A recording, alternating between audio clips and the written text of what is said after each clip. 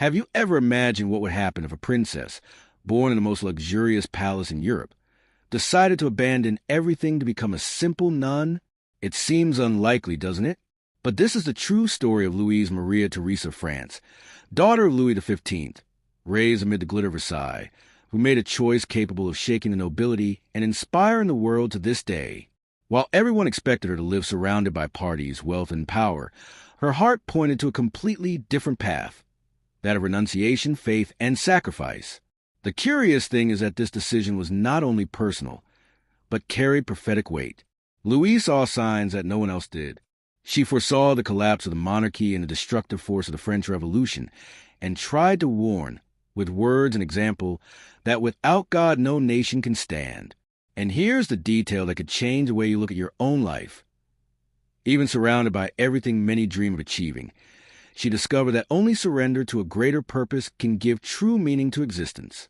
And that's exactly the journey you'll discover now. Prepare to immerse yourself in a story that blends luxury and sacrifice, glory and pain, prophecy and courage. A narrative that begins in the gilded halls of Versailles and ends in the silence of a convent, but which still echoes today as a call to each of us. After all, what makes a princess give up a crown? The answer will surprise you, and perhaps even shake some of your beliefs. Versailles was a heart of pomp and ostentation, a place where every detail exuded power and wealth. It was there that Louise Marie of France, daughter of King Louis XV, was born, a princess with access to everything the world could offer. Yet, amidst so much luxury, her heart seemed restless, as if she knew this was not the true royalty to which she had been called. How often do we find ourselves surrounded by things that shine on the outside, but leave a void inside? Louise understood early on that there was something beyond what met the eye. The curious thing is that everyone expected her to follow the same predictable script of nobility: political alliances, endless parties, and a life shaped by appearances. But no, Louise broke the mold.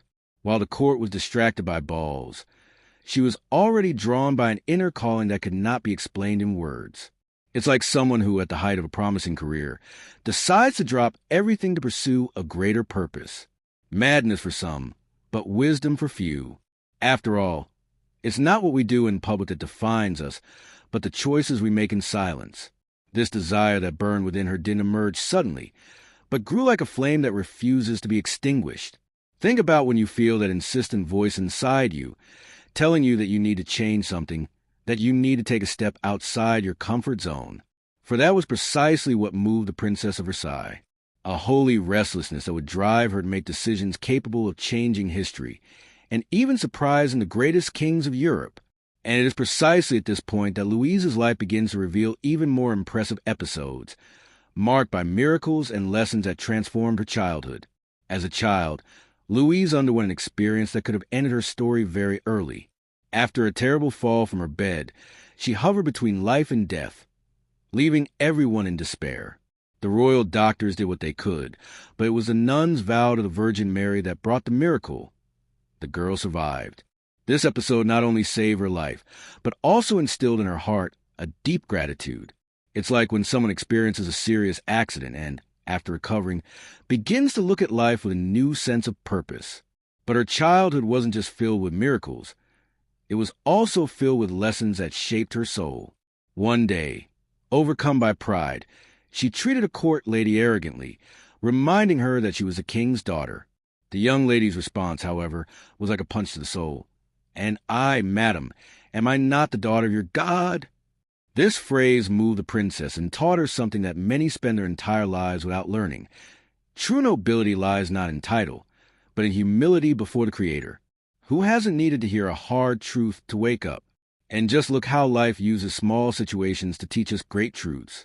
From that day on, Louisa began to better recognize her faults and ask for forgiveness more easily. This simple yet powerful habit changed the way she related to people and to God. Have you ever stopped to think about how many conflicts could be avoided if we practiced asking for forgiveness more often? Well, it was through this combination of miracles and lessons that the princess was shaped, prepared for a calling that would soon prove even stronger than the crown itself.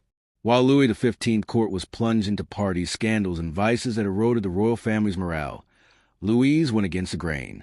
She refused to be blinded by the glitter of gold or the power of royalty, for within her echoed a calling that never stopped growing. This calling led her to study the rule of Carmel in secret, practice small penances, and prepare her body and spirit for something much greater. It was like someone who trained daily, even when no one was watching, because she knew the real battle was yet to come. And then came the day that astonished all of Europe, February 20th, 1770. The princess, who could have lived in luxury her entire life, gave up everything to enter the Carmelite convent of St. Denis. She received the name Therese of St. Augustine and began to live under the strictest rules of silence and poverty. Imagine the scene. A woman who had the finest banquets in France at her disposal now warmed herself with simplicity and shared stale bread with other sisters, a choice that, so unlikely, became unforgettable. This decision showed that true royalty lies not in the crowns that weigh down one's head, but in the cross one chooses to bear with love. And make no mistake, every great choice requires renunciation. Perhaps you felt this way when you left something seemingly good to seek something better, even if no one understood. Louise not only chose religious life, she redefined what it meant to be a princess. And from that moment on, her story would intersect with the dark winds that were already beginning to blow in France, winds that foretold the arrival of the revolution. Even living within the walls of the convent, Louise was not oblivious to what was happening in France. On the contrary, she closely followed, in prayer and discernment, the signs that something dark was approaching. She sensed that the revolutionary spirit was growing silently, eroding the foundations of the people's faith and morals. And in the face of this, the Carmelite princess did not remain silent. She offered her life in prayer, penance, and advice to those who still had listening ears. It's like when someone realizes that a fire starts with small sparks and tries to warn others before it consumes everything. Many saw her as a thorn in the side of the revolution, because her words were disturbing, her stance challenging, and her example carried weight. She was not just another anonymous nun. She was a princess who had renounced luxury for the love of Christ, and this sounded like a direct affront to those who wanted to destroy Christian values. Even her nephew, Louis XVI, was deeply influenced by her. One word from her was enough to make the young king reconsider important decisions. This shows how the power of influence does not depend on political position, but on the moral authority of the speaker. And here lies a powerful lesson. When one has clarity of purpose, no walls can limit the reach of one's voice. Louise spoke little, but her action spoke louder than any speech. She was living proof that faith can be a wall of resistance against the darkness that tries to dominate hearts. However, the more she resisted, the more the enemies of faith plotted against her life. And it was in this tense scenario of visible and invisible battles that Princess Carmelita's story began to move toward its most dramatic conclusion. With the advance of the French Revolution, religious orders were persecuted, and the Carmelite convent did not escape this wave of hatred against the faith. Louise, who already lived as Therese of St. Augustine, was torn from her cloister and taken to prison along with other sisters. Their cold, hunger, and humiliation were constant, but none of this broke her soul. On the contrary, each suffering seemed to further strengthen her dedication. It is like iron that, when placed in the fire, becomes more resistant and valuable. Thus, the Carmelite princess transformed the prison into an altar of sacrifice. Many guards mocked her for being a king's daughter, saying that royal blood was of no use to her before the guillotine that awaited so many nobles.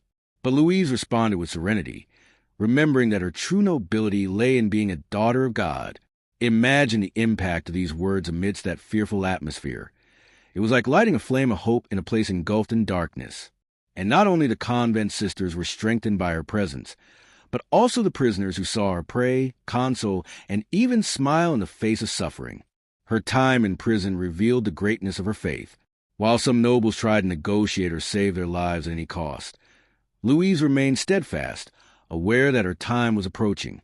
Every day, she repeated to her sisters, "Let us not fear death, for we will unite ourselves with the one who gave meaning to our lives." This stance was not only courage, it was a kind of anticipated victory. For those who have already given their lives, before losing them fear nothing more. Thus, the crown of thorns imposed on her by the revolution was transformed into a crown of glory, awaiting her in heaven. Finally, the day came when the sentence was pronounced. Louise Maria Theresa of France, princess and Carmelite, would be led to the scaffold. Alongside other nuns, she walked the streets of Paris not as a defeated woman, but as someone who had already conquered within. Witnesses report that she sang hymns and kept her gaze steady, as if she saw not the furious crowd, but rather the gates of heaven opening before her. She was like a soldier who, instead of fearing the final battle, sees it as a chance to fulfill his life's greatest purpose. At that moment, all the splendor of earthly royalty disappeared, but something far more powerful shone forth: spiritual royalty. Louise ascended the scaffold with the serenity of one who surrenders everything, and her every step echoed like a call to faith. The guillotine, the revolution's instrument of terror, could not extinguish her courage, but ended up becoming the altar of her triumph. For those watching, it was just the execution of another noble woman. For heaven, it was a coronation of a soul who remained faithful to the end. And here lies the great turning point in her story.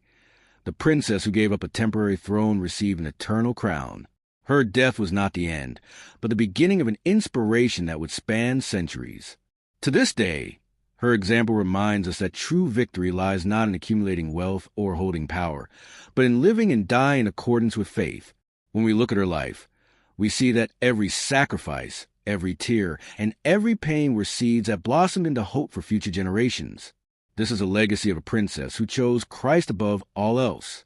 The life of Louise Maria Theresa of France shows us that greatness is not measured by the palaces one lives in, but by the courage to remain faithful to one's purpose when everything around her crumbles. She could have been remembered only as a king's daughter, surrounded by luxury and power, but she chose to be remembered as a daughter of God who embraced the cross without fear. Her story invites us to reflect on our own choices. How often do we prefer the fleeting security of comfort over the firmness that only faith can provide? This is the point that makes her journey a mirror for us all.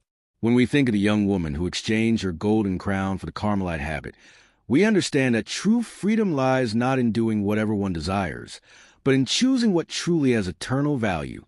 And this lesson applies to both kings and ordinary people. How many of us harbor the illusion that we need titles, status, or recognition to be someone? Louisa shows us that the greatest glory is to live in truth, even if it costs the world's applause. This is the strength that enabled her to face prison and the guillotine with serenity, never backing down. Today, her memory remains as a flame that inspires courage in the midst of difficulties. The Carmelite princess teaches us that nothing is more powerful than a heart determined to belong to God. And if her voice could reach us now through the centuries, perhaps it would echo the same message that sustained her life. Do not fear losing what is fleeting, for what is eternal can never be taken away. Thus, we end this journey remembering that each of us also carries a choice: to live for the applause of earth or for the crown that never fades in heaven.